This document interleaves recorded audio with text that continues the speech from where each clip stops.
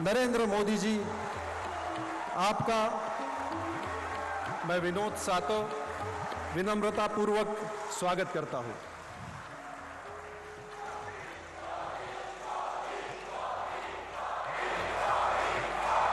मैं माननीय प्रधानमंत्री जी श्री नरेंद्र मोदी जी से लोकमान्य तिलक जी की प्रतिमा पर माल्यार्पण करने का अनुरोध करता हूं।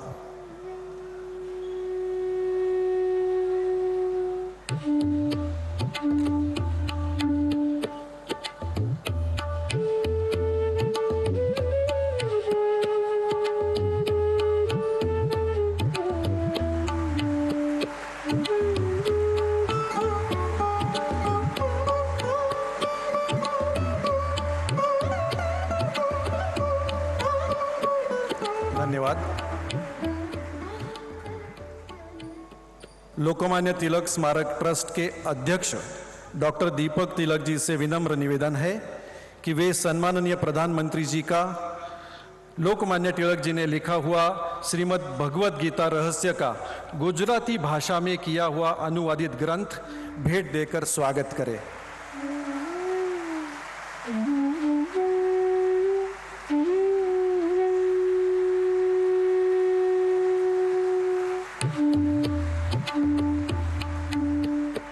धन्यवाद। इस प्रोग्राम की परंपरा अनुसार इस शुभ अवसर पर श्री ऋषिकेश बड़वे लोकमान्य स्तवन प्रस्तुत करेंगे। श्री ऋषिकेश बड़वे।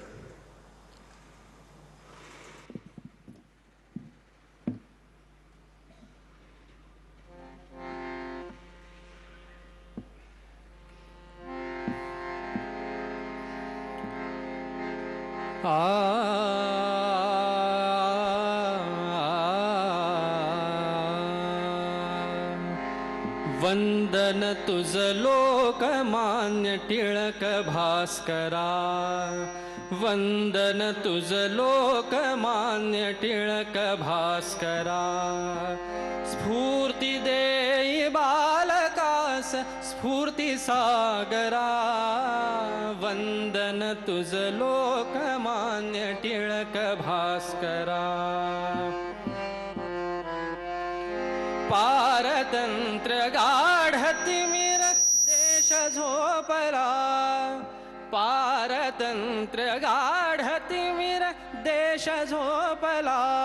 सिंहनाद केसरी करुण गर्जला, जागताच देश घेत तवची आसरा। वंदन तुझ लोकमान्य टिळक भास्करा। त्याग धैर्य चातुरी न वर्णवे मला, त्याग धैर्य चातुरी न वर्णवे मला। बुद्धी वैभवास बघून लोक मोहला, शुद्ध चरित तूच राजकारणी खरा। वंदन तुझ लोकमान्य टिळक भास्करा। स्वराज्य जन्मसिद्ध हक्क आमुचा असे, स्वराज्य जन्मसिद्ध हक्क आमुचा असे। इंग्रजास सांगताच लागले पिसे, साहिल्या अनेक यातना धुरंधरा।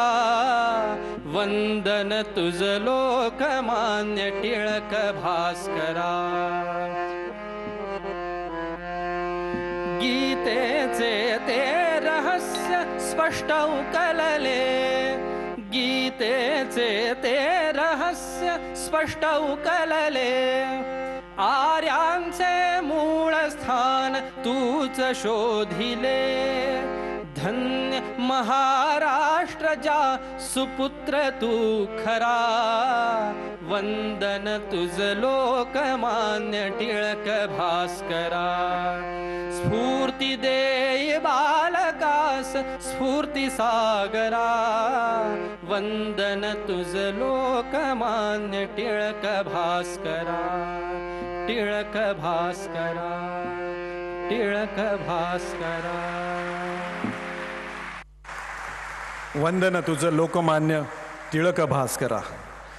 अब मैं लोकमान्य तिलक स्मारक ट्रस्ट के सम्माननीय अध्यक्ष डॉक्टर दीपक तिलक जी से निवेदन करता हूं कि आप कार्यक्रम की प्रस्तावना करें.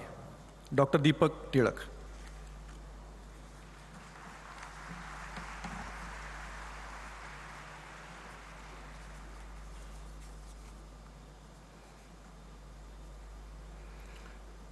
आज आपण ज्यांना लोकमान्य टिळक राष्ट्रीय पुरस्काराने सन्मानित करणार आहोत ते आदरणीय पंतप्रधान श्री नरेंद्र मोदीजी, आजचे प्रमुख पाहुणे श्री शरदचंद्र पवार, मंचावर उपस्थित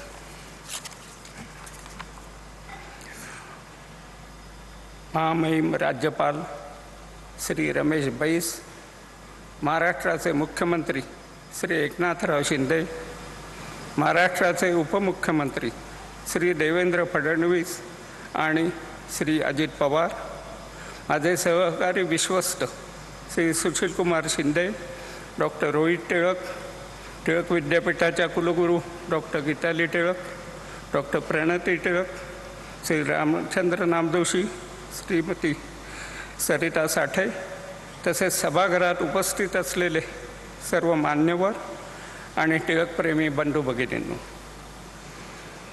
मी स्वराज्य संघातर्फे आपणा सर्वांचे स्वागत करतो. आज 1 ऑगस्ट लोकमान्य टिळकांची 103वी पुण्यतिथी. या पुण्यतिथीच्या निमित्ताने लोकमान्य टिळकांच्या चरणी श्रद्धांजली अर्पण करण्याकरता आपण सारे उपस्थित आहोत. या निमित्ताने टिळक विचारांची, कृतीची व किंवा त्यागाची एखादी तरी घटना आत्मसात करून आपल्या आचरणात आणण्याकरता आपण प्रयत्नशील राहतो. सर्वप्रथम टिळक स्मारक ट्रस्ट, केसरी मराठा ट्रस्ट, टिळक महाराष्ट्र विद्यापीठ, टिळक पुण्यतिथी मंडळ आणि तसेच टिळक परिवारातर्फे मी लोकमान्य टिळकांच्या चरणी आदरांजली वाहतो. लोकमान्य टिळकांच्या व्यक्तिमत्वास अनेक पैलू आहेत. स्वराज्याचे उद्गाते, राष्ट्रीयत्वाचे द्रष्टे, ज्योतिर्गणिताचे अभ्यासक, संशोधक, संपादक, युगप्रवर्तक, भगवद्गीतेचे भाष्यकार, भारतीय असंतोषाचे जनक अशा कितीतरी उपाधींनी टिळकांना संबोधित केले जाते. महात्मा गांधींनी तर त्यांना आधुनिक भारताचे शिल्पकार म्हणून संबोधित केले. या सगळ्या गोष्टींवर बोलण्यास वेळ नाही, पण दरवर्षी मी 1 ऑगस्टला काहीतरी नवीन सांगत असतो. आणि लोकमान्य टिळक हे पहिले हिंदुस्थानचे नेते होते हे मी अगोदर सांगितलेलं आहे. परंतु त्याही पेक्षा अजून एक महत्त्वाची गोष्ट आहे की लोकमान्य टिळक हे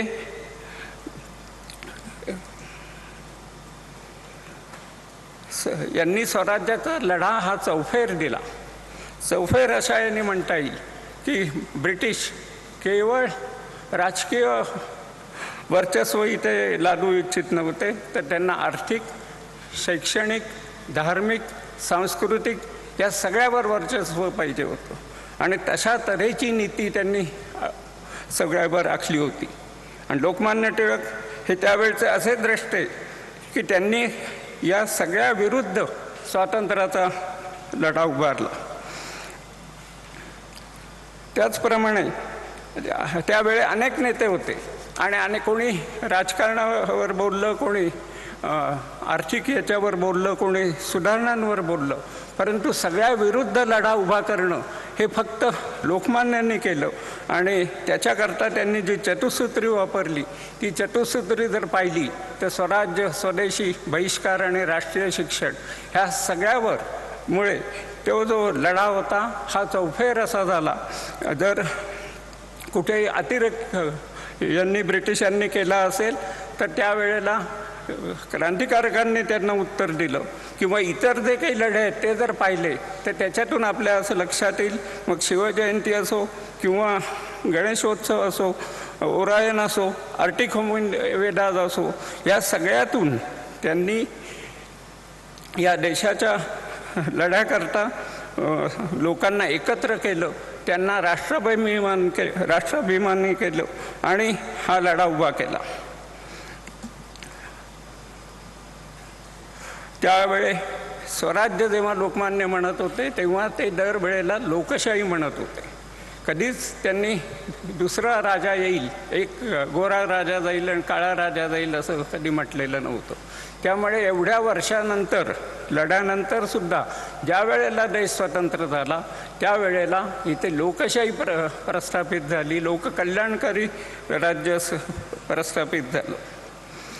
तसंच दुसरी एक गोष्ट सगळ्यांना माहिती आहे खरं म्हटलं तर, की पहिल्या महायुद्धाच्या पार्श्वभूमीवर लोकमान्य टिळक हे ब्रिटिश सरकारकडून काही ना काहीतरी फायदा मिळवू इच्छित होते, काही अधिकार ज्यादा ते मिळवू इच्छित होते. परंतु त्यांना पहिल्यांदा व्हिसा नाकारला. परंतु 1918 साली त्यांनी परत प्रयत्न केला आणि चिरोलवर खटला भरण्याकरता म्हणून ते इंग्लंडला गेले आणि तो खटला हरले.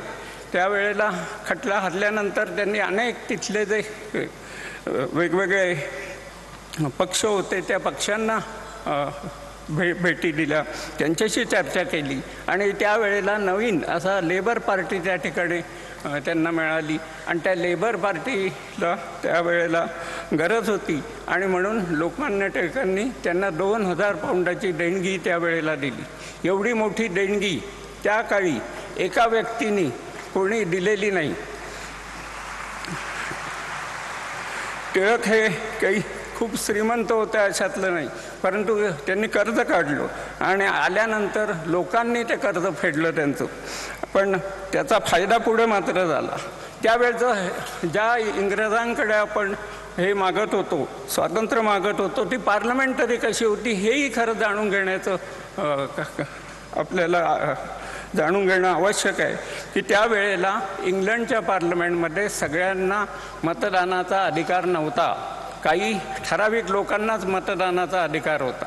परंतु 18 साली जेव्हा त्या ठिकाणी गेले त्यावेळेला प्रथम 21 वर्षावरील मुलांना किंवा पुरुषांना आणि 30 वर्षावरील महिलांना, म्हणजे त्यांनीसुद्धा तेव्हा 21-30 हा भाग केलेलाच होता, परंतु त्यांना मतदानाचा अधिकार मिळाला. टिळकांनी जो देणगी दिली होती त्या देणगीचा फायदा आला. ते सगळ्या प्रचारसभातून फिरले आणि त्याचा फायदा असा आला की जिथे 7% जनाधार होता तिथे 27% जनाधार त्या लेबर पार्टीला मिळाला. आणि त्यांच्याकडून लिहून घेण्यात आलं होतं की जर आम्ही सत्तेत आलो तर देशाच्या स्वातंत्र्याकरता आम्ही निश्चित मदत करू. आणि पुढे 45 साली 49% त्यांनी मतं मिळवली, संपूर्ण लेबर पार्टी जिंकून आली आणि मग आपल्याला स्वातंत्र्य मिळालं. भारत के प्रगति में अतुलनीय योगदान देने वाले व्यक्ति को हर वर्ष 1 अगस्त को लोकमान्य तिलक राष्ट्रीय पुरस्कार दिया जाता है,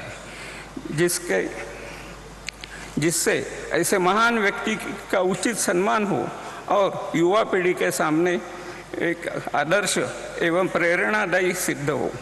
ऐसे इस पुरस्कार का उद्देश्य है. हर साल 1883 से हम पहले SM जोशी को पुरस्कार दिया था हमने, और फिर कॉमरेड डांगे, अटल बिहारी वाजपेयी, इंदिरा गांधी, मनमोहन सिंह, प्रणब मुखर्जी, शरद पवार, ऐसे राजकीय क्षेत्र में हमने पुरस्कार दिए हैं.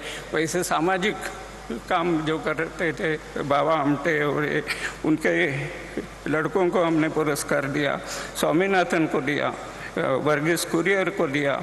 ऐसे बहुत लोगों को 40 लोगों को आज तक हमने पुरस्कार दिया है. इस बार सब विश्वस्त पुरस्कार के लिए चर्चा करने के लिए इकट्ठा हुए तो हमारे सामने एक ही नाम आया, आदरणीय श्री नरेंद्र मोदी जी का.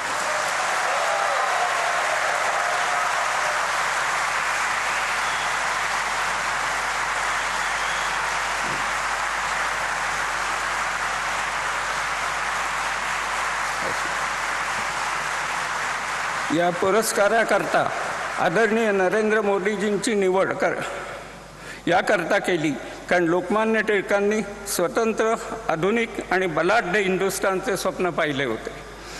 राष्ट्रीयत्व, हिंदुस्थानच्या पुरातन विद्या, वैभवशाली इतिहास, राष्ट्रप्रेम, स्वदेशी, राष्ट्रीय शिक्षण, आधुनिक तंत्रज्ञान, स्वदेशी अर्थकारण लोकमान्यांनी सांगितले होते. आणि तेच सूत्र श्री नरेंद्र मोदीजींच्या लोककल्याणकारी बलाढ्य राष्ट्रात आम्हाला दिसते.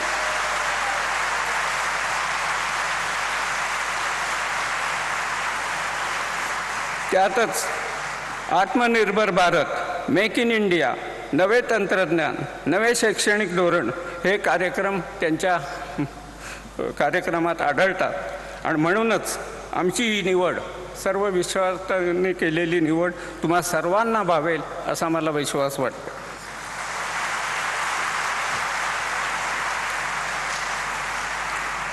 माननीय पंतप्रधान श्री नरेंद्र मोदीजींनी हा पुरस्कार स्वीकारला म्हणून टिळक स्वराज्य संघातर्फे मी त्यांचे आभार मानतो.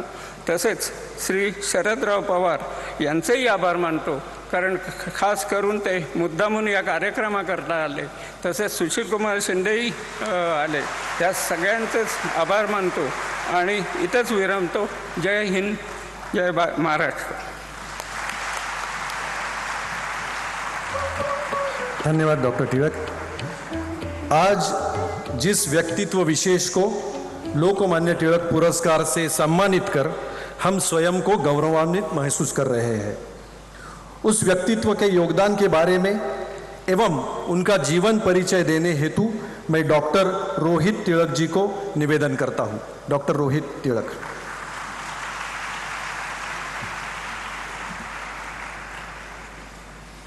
Honorable Prime Minister, dignitaries on the dais, and respected audience. It is my distinct honor and privilege to introduce a leader who has been instrumental in shaping India's global footprint, a visionary who has tirelessly devoted himself to his nation's progress, and a statesman who has redefined leadership with his dynamic, people-centric approach. With his unwavering determination and leadership skills, he rose to the ranks to become the Chief Minister of Gujarat in 2001. During his tenure as Chief Minister, Shri Modi ji implemented numerous innovative policies and initiatives that transformed Gujarat into one of India's most economically vibrant and progressive states. His emphasis on infrastructure development, investment in renewable energy, and effective governance earned him widespread acclaim and established him as a visionary leader. From the corridors of Gujarat as its longest-serving Chief Minister to the vast expanses of India as its Prime Minister, he has left indelible imprints with his leadership. A person of humble beginnings who rose to hold the highest office of the world's largest democracy is a beacon of hope for billions, a catalyst for change, and an embodiment of relentless perseverance. Under his stewardship, India has taken monumental strides on the world stage, fueling a new era of innovation, development, and inclusive growth. His flagship initiatives from Make in India to Swachh Bharat have been pivotal in transforming the lives of millions, reflecting his vision of progressive and prosperous India. Prime Minister Modi is playing an enormous role in eradicating poverty in India.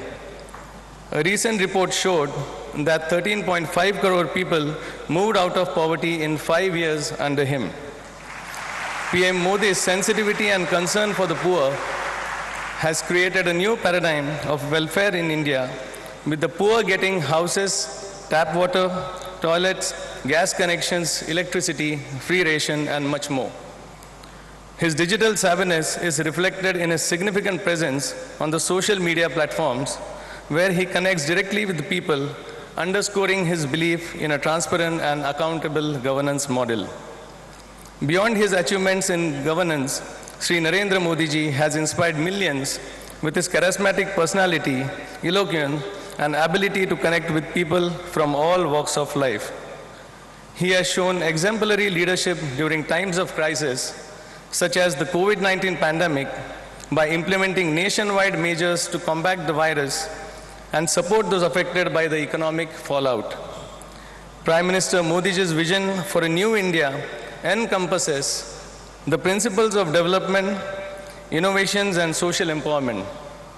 His efforts to empower women, uplift marginalized communities, and address pressing environmental challenges have been commendable.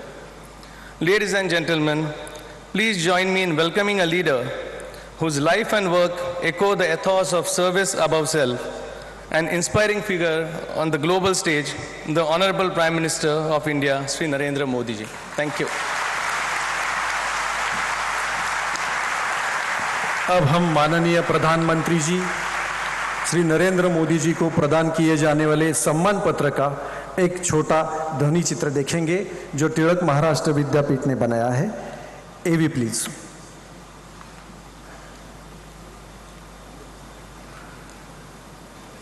The trustees of the Lokmanya Tilak Smarak Mandir Trust are honored to bestow the Lokmanya Tilak National Award 2023 on Prime Minister Shri Narendra Modi, recognizing your exceptional service to our great nation. Your life and work echo Lokmanya Tilak's tireless efforts toward establishing a strong and prosperous India. Lokmanya Tilak's enduring call of Swarajya is my birthright is a message that resonates in your work. You have also taken this a step further by advocating for Surajya, highlighting the importance of good governance and development. Your tireless work for the welfare of the most vulnerable and marginalized sections of our society, ensuring Surajya for all, is exemplary. During India's colonial period, Lokmanya Tilak championed Swadeshi, aiming to make India an economic power. Today, you have strongly emphasized Atmanirbharta, or self-reliance, a principle that is truly the need of the hour. This push towards self-reliance is reflected in the numerous reform measures your government has introduced. It is due to such transformative policies that India has risen from being the 10th largest economy in 2014 to the 5th largest today, with prospects of soaring even higher. No society can thrive without a profound connection with its roots and culture. Lokmanya Tilak, by popularizing the Ganesh and Chhatrapati Shivaji Maharaj festivals, deepened cultural consciousness among all Indians. Throughout your tenure in public life, you have placed paramount importance on preserving and promoting our great Indian culture. Over the past 9 years, under your leadership, there has been a significant shift in India's growth trajectory. The world now sees India as a beacon of hope, a nation that can play a major role in creating a more sustainable planet. Your stewardship has significantly elevated India's global prestige. Therefore, sir, we are indeed exhilarated to present you with the Lokmanya Tilak National Award 2023.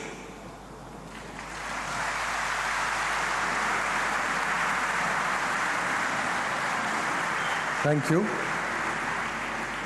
अब मैं महाराष्ट्र राज्य के सम्माननीय मुख्यमंत्री श्री एकनाथ शिंदे जी से अनुरोध करता हूं, कृपया आप अपने विचार व्यक्त करें। मुख्यमंत्री एकनाथ जी शिंदे।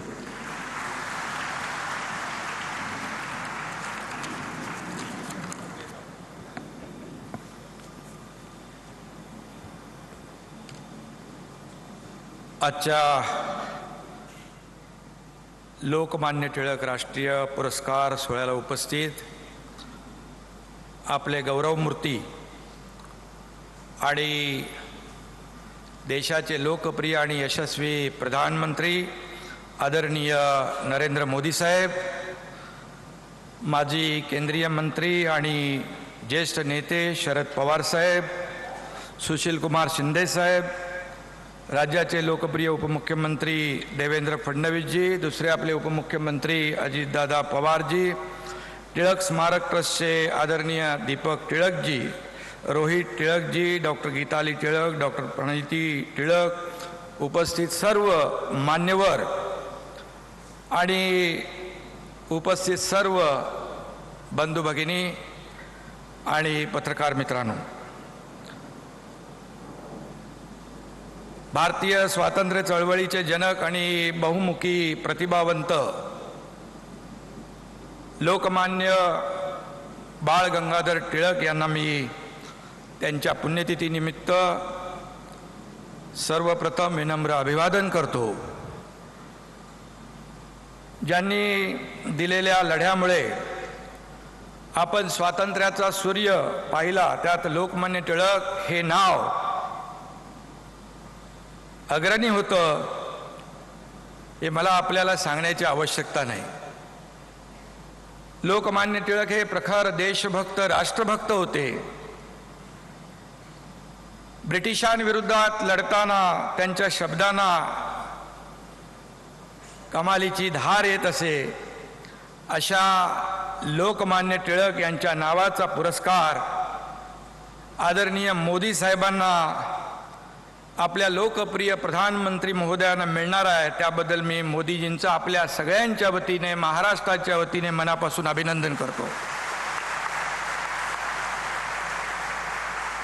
हा पुरस्कार स्वर्गीय इंदिरा गांधी, अटलजी, प्रणव मुखर्जी, बाळासाहेब देवरतजी, मनमोहन सिंगजी असं अनेक शास्त्रज्ञ, उद्योजक, संशोधक ज्यांनी समाजामध्ये चांगलं काम केलं, त्या लोकांचा आजवर या पुरस्काराने सन्मान झालेला आहे. व्यासपीठावर बसलेल्या आदरणीय पवार साहेबांना देखील हा पुरस्कार या संस्थेने दिलेला आहे. आणि म्हणून वर्ल्ड लीडर, जागतिक नेता म्हणून नावलौकिक कमावलेल्या मोदीजी यांची यंदाच्या पुरस्कारासाठी टिळक प्रतिष्ठान स्मारक ट्रस्टने निवड केली. त्याबद्दल टिळक ट्रस्टला देखील मनापासून मी धन्यवाद देतो, त्यांचेही आभार मानतो. लोकमान्य टिळक हे सामान्य माणसाच्या मनातली भावना अचूक ओळखायचे आणि आजच्या काळात समाजाच्या सामान्य माणसाचं मन ओळखणारे आपले आदरणीय पंतप्रधान मोदीजी हे राष्ट्रीय स्तरावरील नेते ठरलेले आहेत. मी त्यांचं पुनश्च अभिनंदन करतो. शिक्षक, वकील, समाजसेवक, स्वातंत्र्य सैनिक असलेले लोकमान्य टिळक हे बहुआयामी नेतृत्व, इतिहास, संस्कृत, खगोलशास्त्र आणि गणित या विषयात त्यांचं प्रावीण्य होतं. मगाशी प्रास्ताविकामध्ये देखील सांगितलं. ते आपल्या कर्तृत्वाने लोकमान्य झाले होते. आणि आदरणीय मोदीजींनी देखील गेल्या 9 वर्षामध्ये आपल्या देशासाठी केलेल्या कामांना लोकमान्यता मिळालेली आहे. टिळकांनी स्वराज्यासाठी लढा दिला, पण स्वातंत्र्यानंतर स्वराज्याचे सुराज्यात रूपांतर करण्यामध्ये आपल्याला किती यश आलेलं आहे हे आपल्या सगळ्यांना माहिती आहे. आणि म्हणून पंतप्रधान नरेंद्र मोदीजी यांनी देशाची सूत्र हातात घेतल्यानंतर हेच मुख्य ध्येय ठेवून सबका साथ, सबका विकास, सबका विश्वासचा नारा देश सुराज्य निर्माण करण्याचा प्रयत्न केला. त्या दिशेने त्यांची वाटचाल सुरू आहे. आणि म्हणूनच त्यांच्या कार्याची पोचपावती आज या राष्ट्रीय सन्मानाने होते असं म्हटलं तर वावगं ठरणार नाही. आज परदेशामध्ये देखील आपण जातो, तिकडे देखील पाहतो आदरणीय मोदीजींचं नाव सन्मानाने घेतलं जातं. फ्रांस और अरब देशों ने भी हमारे आदरणीय प्रधानमंत्री जी को सर्वोच्च सम्मान दिया है. ये हमारे लिए बहुत बड़ी गौरव की बात है. विभिन्न देशों के प्रधानमंत्री, राष्ट्रपति उनके कितना सम्मान करते हैं हमने देखा है. उनका ऑटोग्राफ लेते हैं, कोई बॉस कहते हैं, कोई उन्हें प्यार आदर से गले लगाता है, तो कोई झुककर प्रणाम करता है. अमेरिका के राष्ट्रपति जब उन्हें यू आर ग्लोबली पावरफुल कहते हैं तो हमारे देशवासियों का सीना अभिमान से, गर्व से फूल जाता है.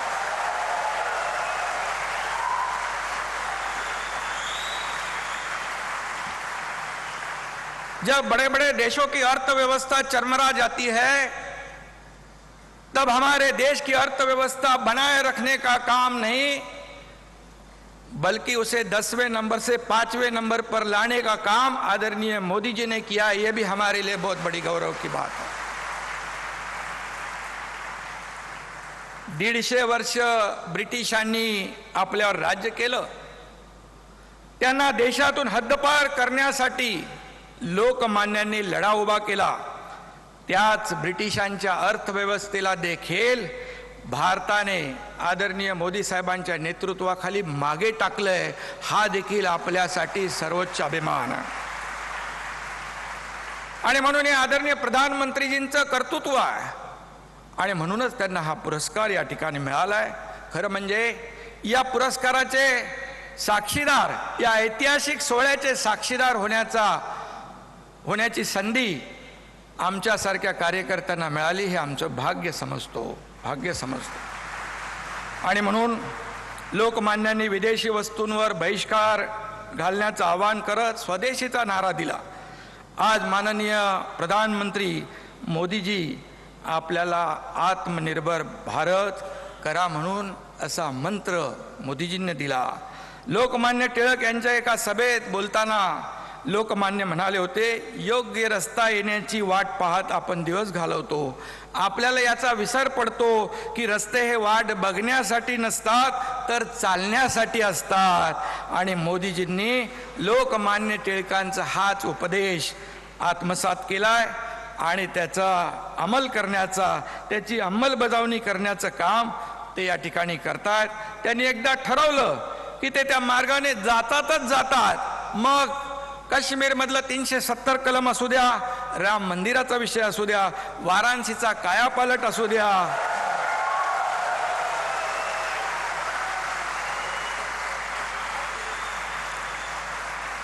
अथवा देशातली गरिबांच्या कल्याणाचा आणि सर्वांगीण विकासाचा विषय असू द्या। कारण आपण पाहतोय गेल्या 9 वर्षामध्ये या देशामध्ये आदरणीय मोदीजींच्या नेतृत्वाखाली शेतकरी असतील, कष्टकरी असतील, कामगार असतील, महिला भगिनी असतील, विद्यार्थी असतील, युवा असतील, सगळे लोक या सर्व क्षेत्रामध्ये त्यांना पुढे आणण्याचं, त्यांच्या जीवनामध्ये बदल घडवण्याचं काम आपल्या आदरणीय प्रधानमंत्री महोदयांनी केलेलं आहे।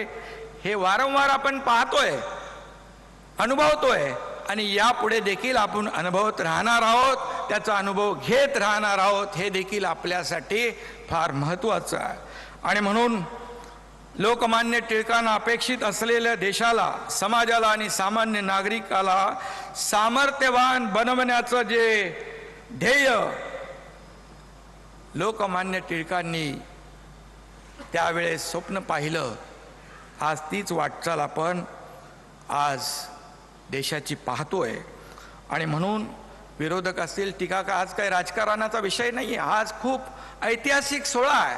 परंतु कशाची पर्वा न करता या ठिकाणी अंतिम ध्येय म्हणजे सर्वसामान्य माणसाचा जीवनामध्ये आमूलाग्र बदल, हे अंतिम ध्येय ठेवूनच मोदीजी वाटचाल करतायत। हे आपल्यासाठी खूप महत्त्वाचं आहे आणि त्यामुळेच आज जगभरातले लोक त्यांच्याकडे एक महत्त्वाचा नेता म्हणून पाहतायत। हे आपल्या भारत देशासाठी देखील, आपल्या भारतवासियांसाठी अभिमानाची बाब आहे। आणि म्हणून लोकमान्यांसारखा नेते हे राष्ट्राचे प्राण आणि त्यांच्या कल्पनेतला बलवान देश घडवणे हीच खरी श्रद्धांजली त्यांना ठरेल असं मी या ठिकाणी सांगू इच्छितो। आणि म्हणून रात्रंदिवस देशाच्या विकासाचा, प्रगतीचा ध्यास घेतलेले आदरणीय प्रधानमंत्री मोदीजी त्याच बुलंद भारताचे स्वप्न प्रत्यक्षात आणण्याचा प्रयत्न करतायत। आणि म्हणूनच या पुरस्काराने त्यांना आता लोकमान्यांच्या आशीर्वादाचं बळ प्राप्त होणार आहे, ताकद प्राप्त होणार आहे, आशीर्वाद प्राप्त होणार आहेत आणि ऊर्जा प्राप्त होणार आहे। आणि म्हणून मी पुन्हा एकदा आदरणीय प्रधानमंत्री महोदयांचं मनापासून अभिनंदन करतो, मनापासून शुभेच्छा देतो आणि लोकमान्य टिळकांना देखील मी वंदन करतो। धन्यवाद। जय हिंद, जय महाराष्ट्र।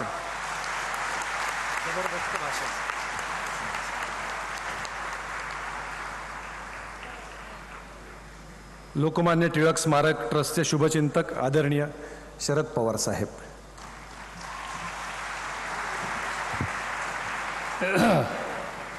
देशाचे प्रधानमंत्री नरेंद्र मोदीजी, महाराष्ट्राचे राज्यपाल श्री वैस, राज्याचे मुख्यमंत्री एकनाथराव शिंदे, उपमंत्री देवेंद्र फडणवीस आणि अजित पवार,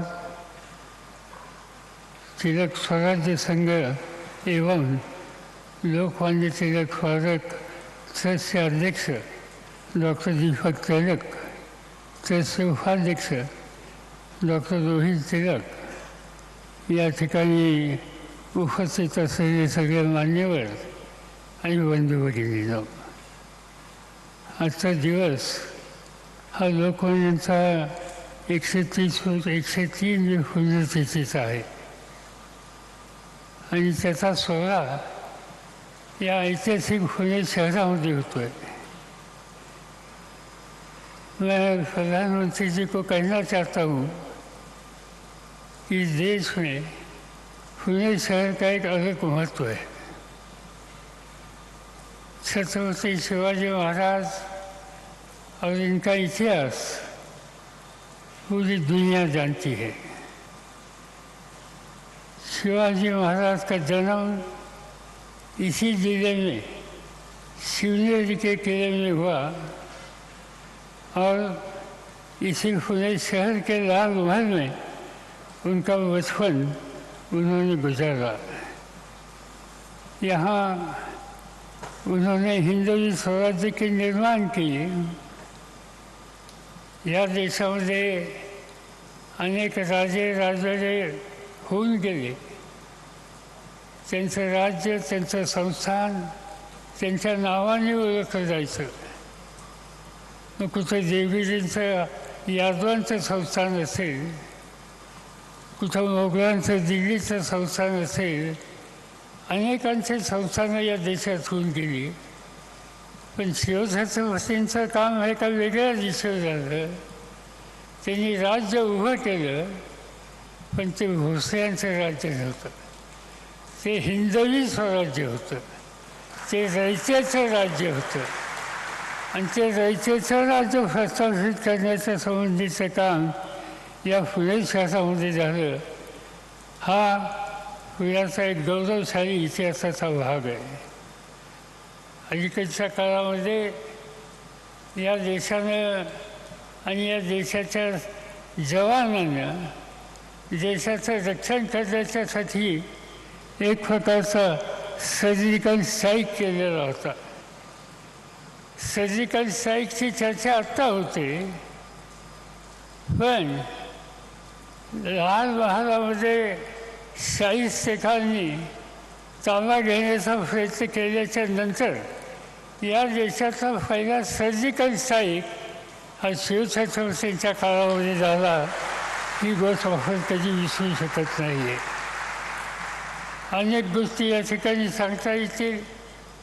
आपण लोकमान्यांचं स्मरण करण्याच्यासाठी आलो.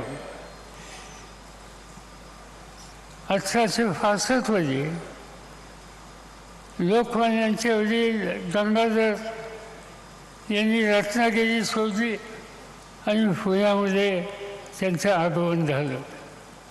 पुण्यामध्ये आगमन झाल्याच्या नंतर ते नुसतं आगमन नव्हतं, ती एक प्रकारची चिंगारी होती. संपूर्ण स्वराज्य स्थापन करण्याच्या संबंधीची ती मशाल बनलेली होती.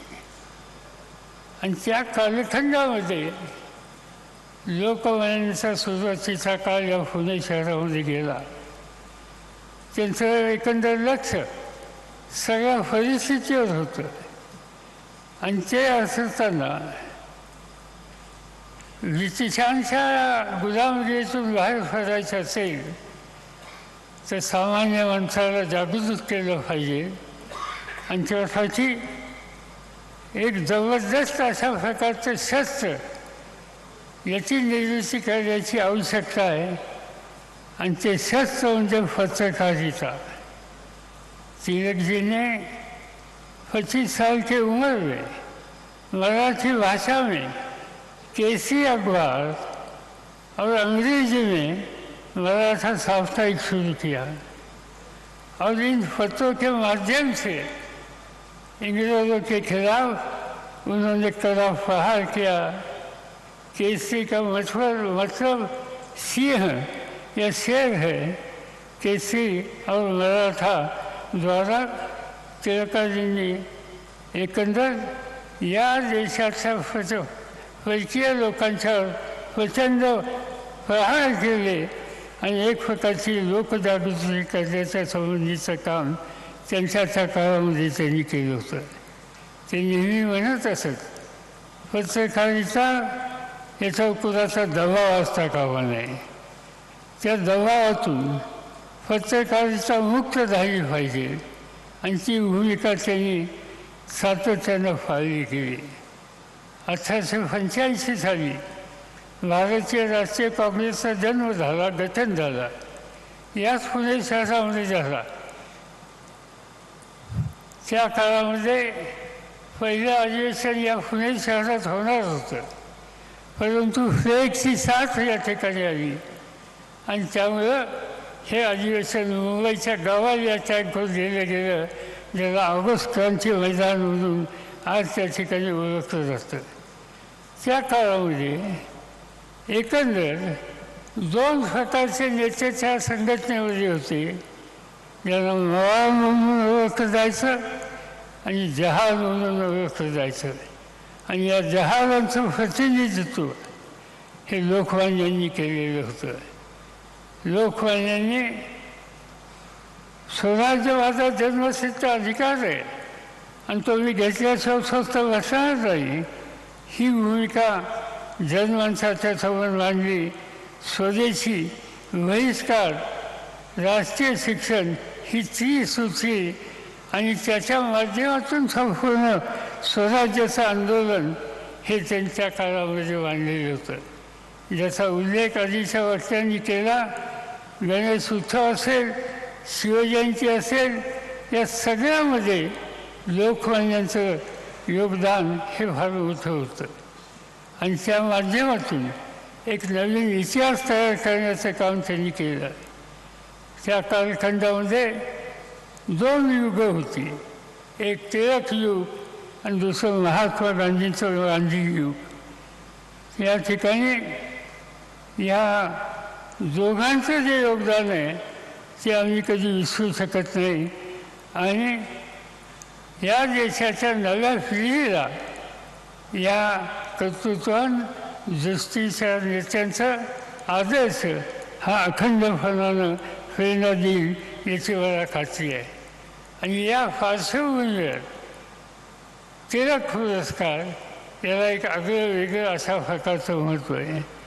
आज आपण आणि टिळक स्मारकानं मोदीजींची निवड या स्मारकाच्यासाठी, या पुरस्काराच्यासाठी केली। ज्या पुरस्कारामध्ये इंदिरा गांधी होत्या, खान अब्दुल खान गफार होते, बाळासाहेब देवरस होते, शंकरदयाळ शर्मा होते, अटल बिहारी वाजपेयी होते, डॉक्टर मनमोहन सिंग होते, अशी अनेक मान्यवरांची नावं या ठिकाणी घेतली जाते। आणि या मान्यवरांच्या यादीमध्ये, पंक्तीमध्ये आज नरेंद्र मोदींच्या नावाचा सुद्धा या ठिकाणी समावेश झाला, याचा आनंद आपल्या सगळ्यांना आहे। आणि म्हणून आपल्या सगळ्यांच्या वतीनं त्यांचं या ठिकाणी जी निवड झाली, त्यांना हा जो पुरस्कार देण्यात येतो आहे त्याबद्दल त्यांच्या अंतःकरणापासून अभिनंदन करतो आणि आपल्या सगळ्यांची रजा या ठिकाणी घेतो। जय हिंद, जय महाराष्ट्र।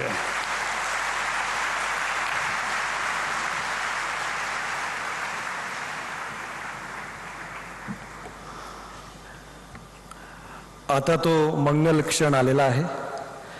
मैं डॉक्टर दीपक तिलक जी से निवेदन करता हूं कि 41वां लोकमान्य तिलक राष्ट्रीय पुरस्कार भारत के सम्माननीय प्रधानमंत्री श्री नरेंद्र मोदी जी को प्रदान करे।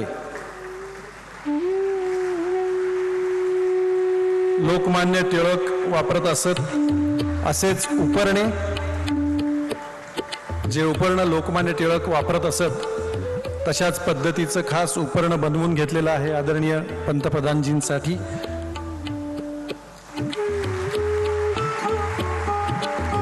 लोकमान्य तिलक जी की पहचान पुणेरी पगड़ी और लोकमान्य जी का उत्तरीय, त्याचप्रमाणे सम्मान पत्र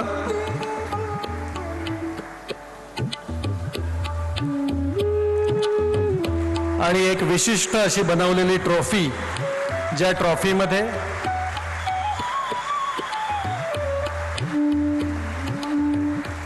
विशिष्ट ट्रॉफी, ज्या ट्रॉफीमध्ये आपण पाहू शकता श्रीमद भगवत गीता, त्याचप्रमाणे लोकमान्यांची पगडी, केसरीचा पहिला अंक आणि लोकमान्यांची प्रतिमा।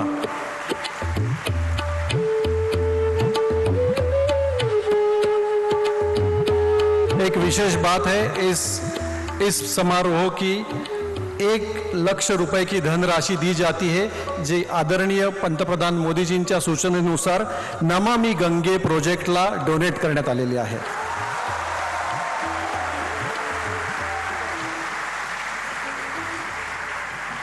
लोकमान्य टिळक राष्ट्रीय पुरस्कार से सम्मानित हुए आदरणीय प्रधानमंत्री श्री नरेंद्र मोदी जी, जिनके कार्य एवं विचार हमारी प्रेरणा है।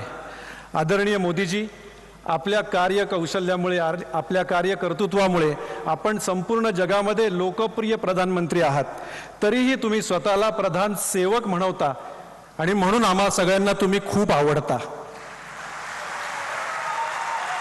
मैं आपसे प्रार्थना करता हूं, इस शुभ अवसर पर आप आपके मन की बात कहे। जी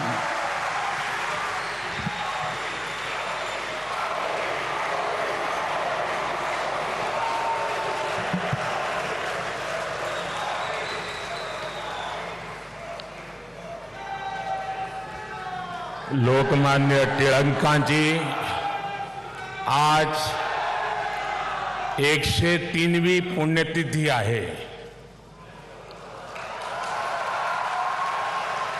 देशाला अनेक महानायक देण्याच्या महाराष्ट्राच्या भूमीला मी कोटी कोटी वंदन करते।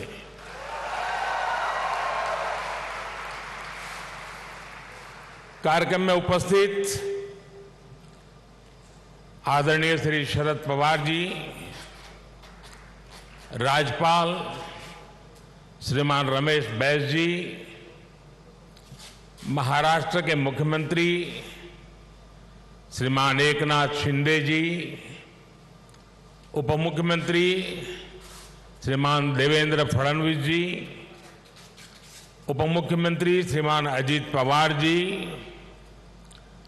ट्रस्ट के अध्यक्ष श्रीमान दीपक तिलक जी, पूर्व मुख्यमंत्री मेरे मित्र श्रीमान सुशील कुमार शिंदे जी, तिलक परिवार के सभी सम्मानित सदस्यगण एवं उपस्थित भाई और बहनों,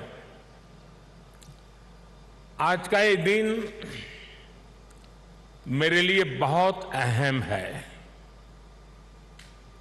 मैं यहां आकर जितना उत्साहित हूं, उतना ही भावुक भी हूं। आज हम सब के आदर्श और भारत के गौरव बाल गंगाधर तिलक जी की पुण्यतिथि है। साथ ही आज अन्ना भाऊ साठे जी की जन्म जयंती भी है। लोकमान्य तिलक जी तो हमारे स्वतंत्रता इतिहास के माथे के तिलक है।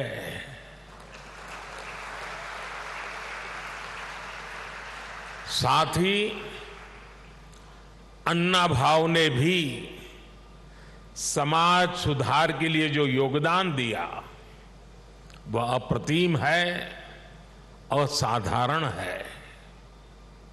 मैं इन दोनों ही महापुरुषों के चरणों में श्रद्धापूर्वक नमन करता हूं। आज या महत्वाचा दिवशी मला पुण्याच्या या पावन भूमीवर महाराष्ट्राच्या धर्तीवर येण्याची संधी मिळाली, हे माझे भाग्य आहे।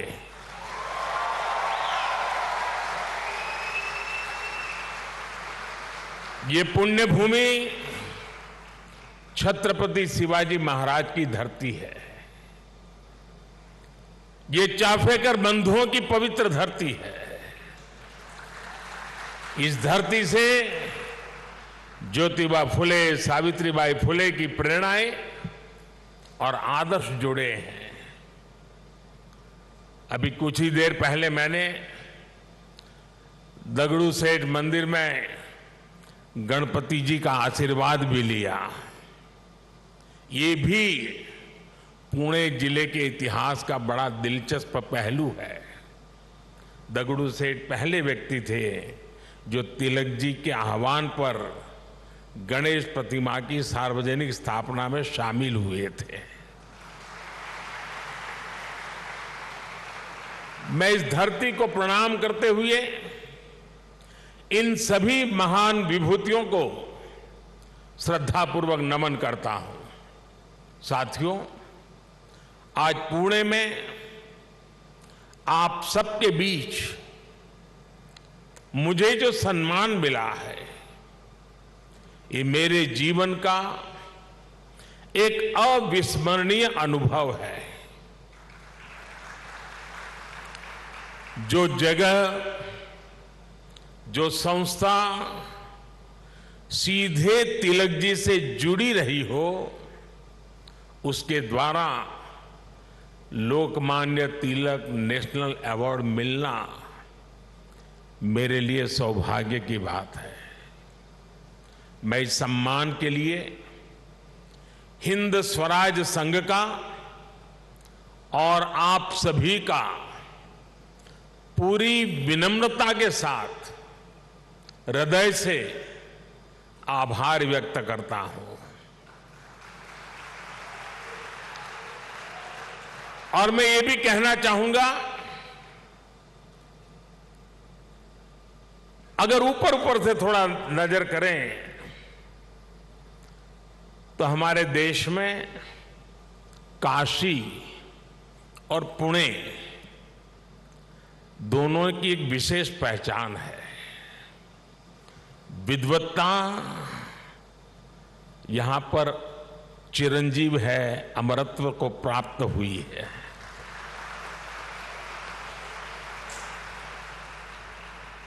और जो पुणे नगरी विद्वत्ता की दूसरी पहचान हो, उस भूमि पे सम्मानित होना जीवन का इससे बड़ा कोई गर्व और संतोष की अनुभूति देने वाली घटना नहीं हो सकती है। लेकिन साथियों, जब कोई अवार्ड मिलता है तो उसके साथ ही हमारी जिम्मेदारी भी बढ़ जाती है। आज जब उस अवार्ड से तिलक जी का नाम जुड़ा हुआ हो तो दायित्व बोध और भी कई गुना बढ़ जाता है। मैं लोकमान्य तिलक नेशनल अवार्ड को 140 करोड़ देशवासियों के चरणों में समर्पित करता हूं।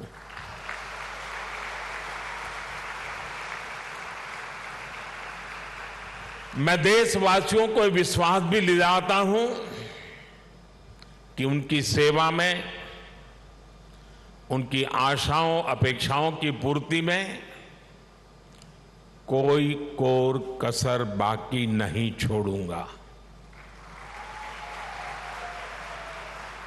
जिनके नाम में गंगाधर हो,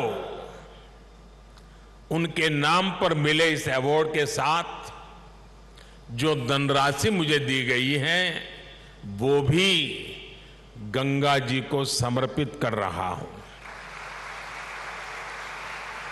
मैंने पुरस्कार राशि नमामि गंगे परियोजना के लिए दान देने का निर्णय लिया है। साथियों, भारत की आजादी में लोकमान्य तिलक की भूमिका को, उनके योगदान को कुछ घटनाओं और शब्दों में नहीं समेटा जा सकता है। तिलक जी के समय और उनके बाद की स्वतंत्रता संग्राम से जुड़ी जो भी घटनाएं और आंदोलन हुए, उस दौर में जो भी क्रांतिकारी और नेता हुए, तिलक जी की छाप सब पर थी, हर जगह थी।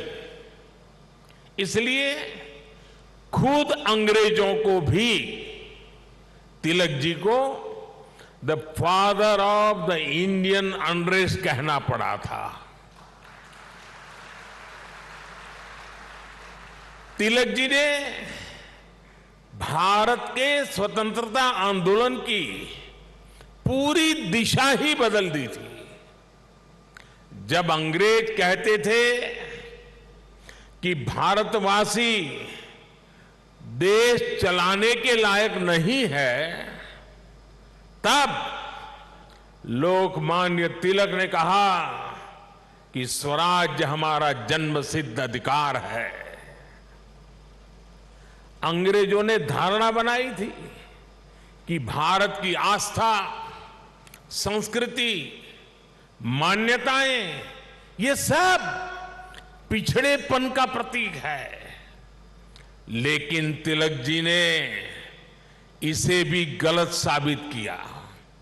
इसलिए भारत के जनमानस ने न केवल खुद आगे आकर तिलक जी को लोकमान्यता दी, बल्कि लोकमान्य का खिताब भी दिया। और जैसा अभी दीपक जी ने बताया, स्वयं महात्मा गांधी ने उन्हें आधुनिक भारत का निर्माता भी कहा।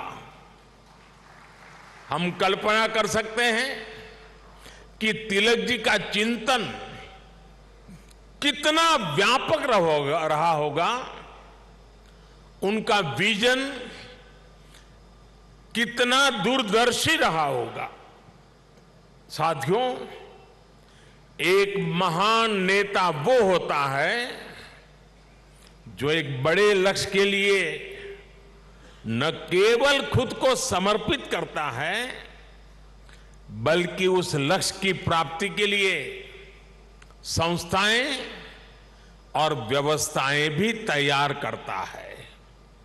इसके लिए हमें सबको साथ लेकर आगे बढ़ना होता है, सबके विश्वास को आगे बढ़ाना होता है। लोकमान्य तिलक के जीवन में हमें ये सारी खूबियां दिखती हैं। उन्होंने अंग्रेजों ने जब उन्हें जेल में डाला, उन पर अत्याचार हुए, उन्होंने आजादी के लिए त्याग और बलिदान की पराकाष्ठा की। लेकिन साथ ही उन्होंने टीम स्पिरिट के, सहभाग और सहयोग के अनुकरणीय उदाहरण भी पेश किए। लाला लाजपत राय और बिपिन चंद्र पाल के साथ उनका विश्वास, उनकी आत्मीयता भारतीय स्वतंत्रता संग्राम का स्वर्णिम अध्याय है। आज भी जब बात होती है तो लाल, बाल, पाल के तीनों नाम एक त्रिशक्ति के रूप में याद किए जाते हैं। तिलक जी ने उस समय आजादी की आवाज को बुलंद करने के लिए पत्रकारिता और अखबार की अहमियत को भी समझा। अंग्रेजी में तिलक जी ने, जैसा शरद राव ने कहा, द मराठा साप्ताहिक शुरू किया। मराठी में गोपाल गणेश अगरकर और विष्णु शास्त्री चिपळूणकर जी के साथ मिलकर उन्होंने केसरी अखबार शुरू किया। 140 से भी ज्यादा समय से केसरी अनवरत आज भी महाराष्ट्र में छपता है, लोगों के बीच पढ़ा जाता है। ये इस बात का सबूत है कि तिलक जी ने कितनी मजबूत नींव पर संस्थाओं का निर्माण किया था। साथियों, संस्थाओं की तरह लोकमान्य तिलक ने परंपराओं को भी पोषित किया।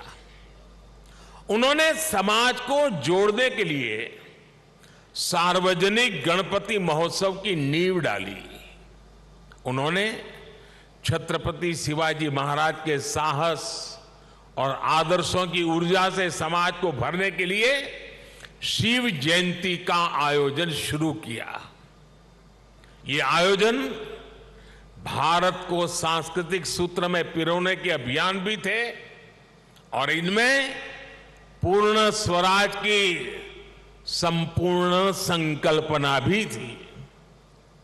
यही भारत की समाज व्यवस्था की खासियत रही है। भारत ने हमेशा ऐसे नेतृत्व को जन्म दिया है जिसने आजादी जैसे बड़े लक्ष्यों के लिए भी संघर्ष किया और सामाजिक बुराइयों के खिलाफ नई दिशा भी दिखाई। आज की युवा पीढ़ी के लिए यह बहुत बड़ी सीख है। भाई और बहनों, लोकमान्य तिलक इस बात को भी जानते थे कि आजादी का आंदोलन हो या राष्ट्र निर्माण का मिशन, भविष्य की जिम्मेदारी हमेशा युवाओं के कंधों पर होती है। वो भारत के भविष्य के लिए शिक्षित और सक्षम युवाओं का निर्माण चाहते थे। लोकमान्य में युवाओं की प्रतिभा पहचानने की जो दिव्य दृष्टि थी, इसका एक उदाहरण हमें वीर सावरकर से जुड़े घटनाक्रम में मिलता है।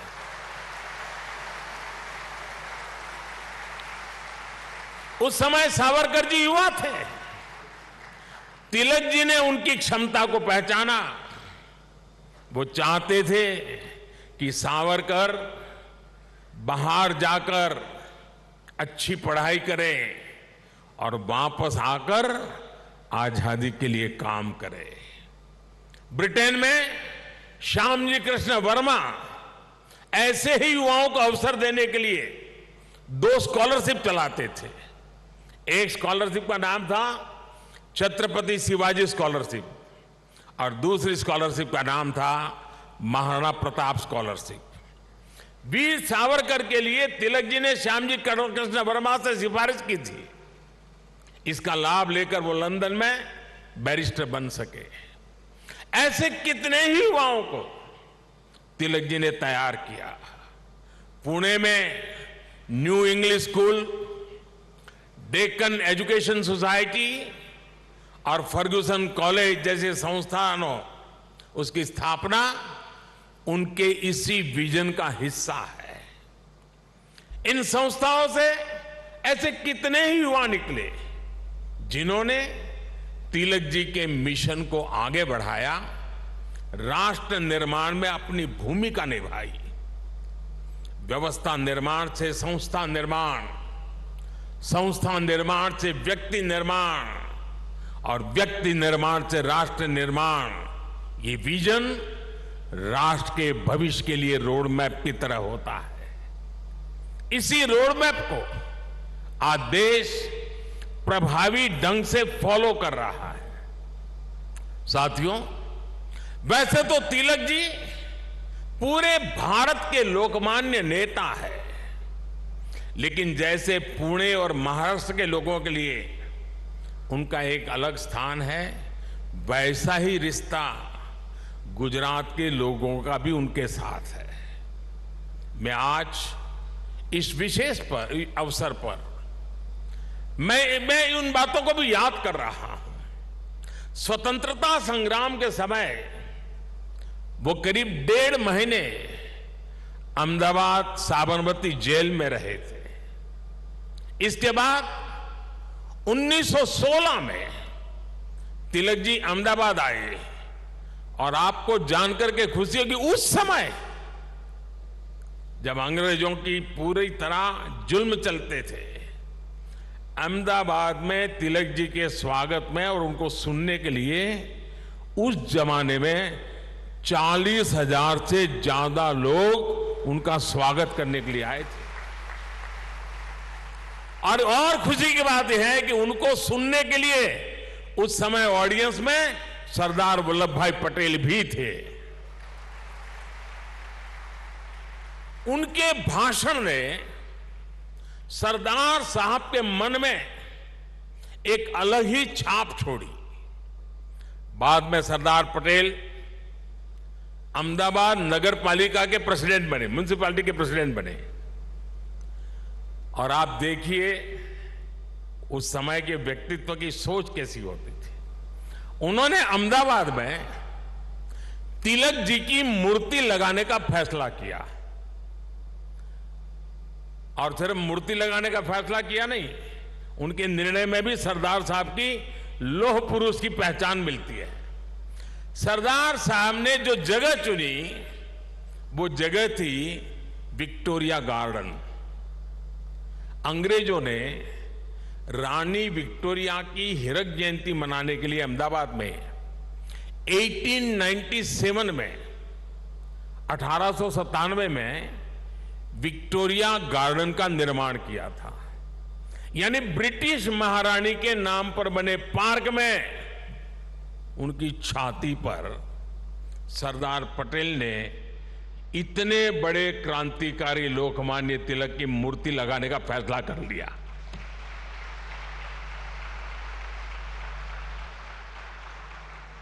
और उस समय सरदार साहब पर इसके खिलाफ कितना ही दबाव पड़ा, उन्हें रोकने की कोशिश हुई, लेकिन सरदार तो सरदार थे। सरदार ने कह दिया वो अपना पद छोड़ देना पसंद करेंगे, लेकिन मूर्ति तो वहीं पर लगेगी। और वो मूर्ति बनी और 1929 में उसका लोकार्पण महात्मा गांधी ने किया। अहमदाबाद में रहते हुए मुझे कितनी ही बार उस पवित्र स्थान पर जाने का मौका मिला है और तिलक जी की प्रतिमा के सामने सर झुकाने का अवसर मिला है। वो एक अद्भुत मूर्ति है जिसमें तिलक जी विश्राम मुद्रा में बैठे हुए हैं। ऐसा लगता है जैसे वो स्वतंत्र भारत के उज्जवल भविष्य की ओर देख रहे हैं। आप कल्पना करिए, गुलामी के दौर में भी सरदार साहब ने अपने देश के सपूत के सम्मान में पूरी अंग्रेजी हुकूमत को चुनौती दे दी थी। और आज की स्थिति देखिए, अगर आज हम किसी एक सड़क का नाम भी किसी विदेशी आक्रांता की जगह कर बदलकर भारतीय विभूति पर रखते हैं तो कुछ लोग उस पर हल्ला मचाने लग जाते हैं।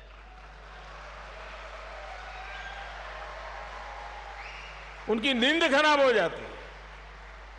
साथियों, ऐसा कितना ही कुछ है जो हम लोकमान्य तिलक के जीवन से सीख सकते हैं। लोकमान्य तिलक गीता में निष्ठा रखने वाले व्यक्ति थे। वो गीता के कर्मयोग को जीने वाले व्यक्ति थे। अंग्रेजों ने उन्हें रोकने के लिए उन्हें भारत के दूर पूरब में मांडले की जेल में डाल दिया, लेकिन वहां भी तिलक जी ने गीता का अपना अध्ययन जारी रखा। उन्होंने देश को हर चुनौती से पार पाने के लिए गीता रहस्य के जरिए कर्मयोग की सहज समझ दी, कर्म की ताकत से परिचित करवाया। साथियों, बाल गंगाधर तिलक जी के व्यक्तित्व के एक और पहलू की तरफ मैं आज देश के युवा पीढ़ी का ध्यान आकर्षित करना चाहता हूं। तिलक जी की एक बड़ी विशेषता थी कि वो लोगों को खुद पर विश्वास करने के बड़े आग्रही थे और करना सिखाते थे। वो उन्हें आत्मविश्वास से भर देते थे। पिछली शताब्दी में जब लोगों के मन में ये बात बैठ गई थी कि भारत गुलामी की बेड़ियां नहीं तोड़ सकता, तिलक जी ने लोगों को आजादी का विश्वास दिया। उन्हें हमारे इतिहास पर विश्वास था, उन्हें हमारी संस्कृति पर विश्वास था, उन्हें अपने लोगों पर विश्वास था, उन्हें हमारे श्रमिकों उद्यमियों पर विश्वास था, उन्हें भारत के सामर्थ्य पर विश्वास था। भारत की बात आते ही कहा जाता था, यहां के लोग ऐसे ही हैं, हमारा कुछ नहीं हो सकता। लेकिन तिलक जी ने हीन भावना के इस मिथक को तोड़ने का प्रयास किया, देश को उसके सामर्थ्य का विश्वास दिलाया। साथियों, अविश्वास के वातावरण में देश का विकास संभव नहीं होता। कल मैं देख रहा था, पुणे के ही एक सज्जन श्रीमान मनोज पोचाट जी ने मुझे एक ट्वीट किया है। उन्होंने मुझे 10 साल पहले की मेरी पुणे यात्रा को याद दिलाया है। उस समय जिस फर्ग्यूसन कॉलेज की तिलक जी ने स्थापना की थी, उसमें मैंने तब के भारत में ट्रस्ट डेफिसिट की बात की थी। अब मनोज जी ने मुझे आग्रह किया है कि मैं ट्रस्ट डेफिसिट से ट्रस्ट सरप्लस तक की देश की यात्रा के बारे में बात करूं। मैं मनोज जी का आभार व्यक्त करूंगा कि उन्होंने इस अहम विषय को उठाया है।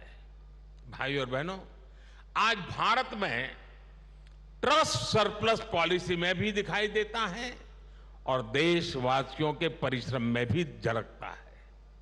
बीते 9 वर्षों में भारत के लोगों ने बड़े बड़े बदलावों की नींव रखी, बड़े बड़े परिवर्तन करके दिखाए।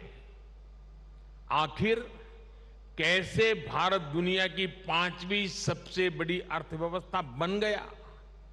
ये भारत के लोग ही हैं जिन्होंने ये करके दिखाया। आज देश हर क्षेत्र में अपने आप पर भरोसा कर रहा है और अपने नागरिकों पर भी भरोसा कर रहा है। कोरोना के संकट काल में भारत ने अपने वैज्ञानिकों पर विश्वास किया और उन्होंने मेड इन इंडिया वैक्सीन बनाकर दिखाई और पुणे ने भी उसमें बड़ी भूमिका निभाई। हम आत्मनिर्भर भारत की बात कर रहे हैं क्योंकि हमें विश्वास है कि भारत ये कर सकता है। हम देश के आम आदमी को बिना गारंटी का मुद्रा लोन दे रहे हैं क्योंकि हमें उसकी ईमानदारी पर, उसकी कर्तव्य शक्ति पर विश्वास है। पहले छोटे छोटे कामों के लिए आम लोगों को परेशान होना पड़ता था। आज ज्यादातर काम मोबाइल पर एक क्लिक पर हो रहे हैं। कागजों को अटैच करने के लिए आपके अपने हस्ताक्षर पर भी आज सरकार विश्वास कर रही है। इससे देश में एक अलग माहौल बन रहा है, एक सकारात्मक वातावरण तैयार हो रहा है और हम देख रहे हैं कि विश्वास से भरे हुए देश के लोग देश के विकास के लिए कैसे खुद आगे बढ़कर काम कर रहे हैं। स्वच्छ भारत आंदोलन को इस जन विश्वास ने ही जन आंदोलन में बदला। बेटी बचाओ बेटी पढ़ाओ अभियान को इस जन विश्वास ने ही जन आंदोलन में बदला। लाल किले से मेरी एक पुकार पर कि जो सक्षम हैं उन्हें गैस सब्सिडी छोड़नी चाहिए, लाखों लोगों ने गैस सब्सिडी छोड़ दी थी। कुछ समय पहले ही कई देशों का एक सर्वे हुआ था।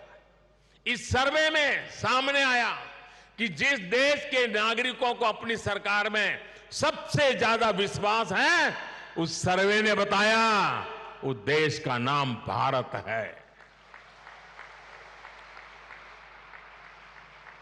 ये बदलता हुआ जनमानस, ये बढ़ता हुआ जनविश्वास भारत के जन जन की प्रगति का माध्यम बन रहा है।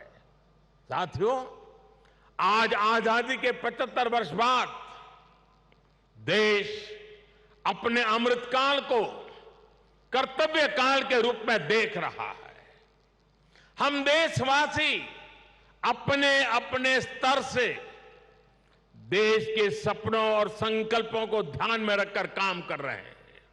इसलिए आज विश्व भी भारत में भविष्य देख रहा है।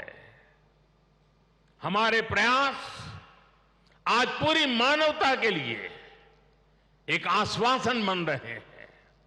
मैं मानता हूं कि लोकमान्य आज जहां भी उनकी आत्मा होगी वो हमें देख रहे हैं, हम पर अपना आशीर्वाद बरसा रहे हैं। उनके आशीर्वाद से, उनके विचारों की ताकत से हम एक सशक्त और समृद्ध भारत के अपने सपने को जरूर साकार करेंगे। मुझे विश्वास है हिंद स्वराज संघ तिलक के आदर्शों से जन जन को जोड़ने में इसी प्रकार आगे आकर के अहम भूमिका निभाता रहेगा।